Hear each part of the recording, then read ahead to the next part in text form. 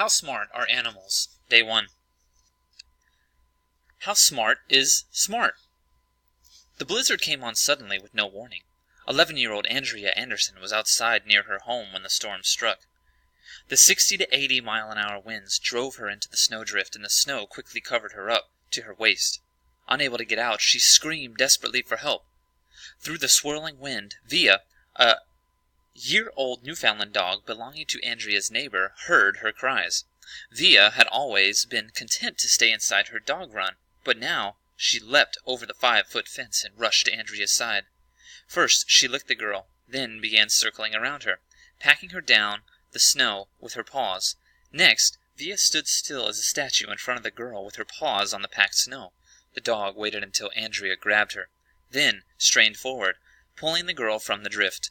As the snow raged around them, Via led the way back to Andrea's home.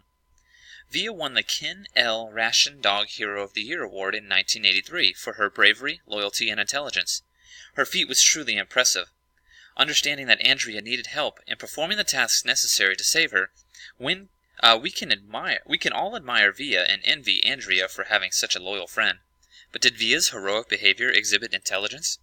Some scientists would say that, while Via certainly is a wonderful animal, her behavior was unthinking, perhaps an instinctive holdover from the protective environment of the wolf pack, where the adult animals defend the pups against danger. After all, dogs evolved from wolves, which are highly social animals. They would say that Via just acted without really understanding the concept of danger or thinking about what she was doing. Up until the 1960s, this view of animals prevailed among scientists studying animal behavior. But nowadays, a variety of experiments and experiences with different creatures are showing that some animals have the impressive mental abilities. What is intelligence? We humans recognize a smart person when we meet one. We know who is a brain and who is not. In school, we take IQ tests, which are supposed to give a numerical measure of our intelligence. But these days, the whole concept of intelligence is being reevaluated. The older standard IQ tests measure only a limited range of mental abilities, concentrating on mathematics and language skills. Creativity, which most people would agree is a critical element in meaningful application of intelligence, has not traditionally been evaluated by such tests, and other important mental skills have also been ignored. But things are changing.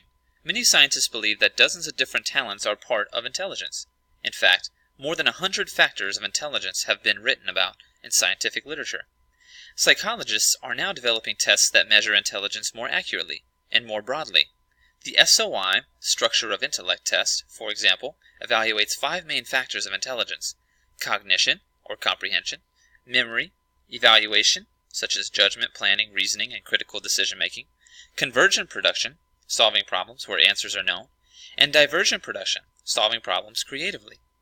Each of these is broken down further into many subcategories. But what about animals? We can hand them a pencil and paper. We can't hand them a pencil and paper and give them a test, and we can't ask them what they're thinking. We must find other ways of measuring their smarts. And that's not the only problem. Since the lives of animals are so different from ours, we can't apply human standards to them. We must develop different ideas of what animal intelligence might be.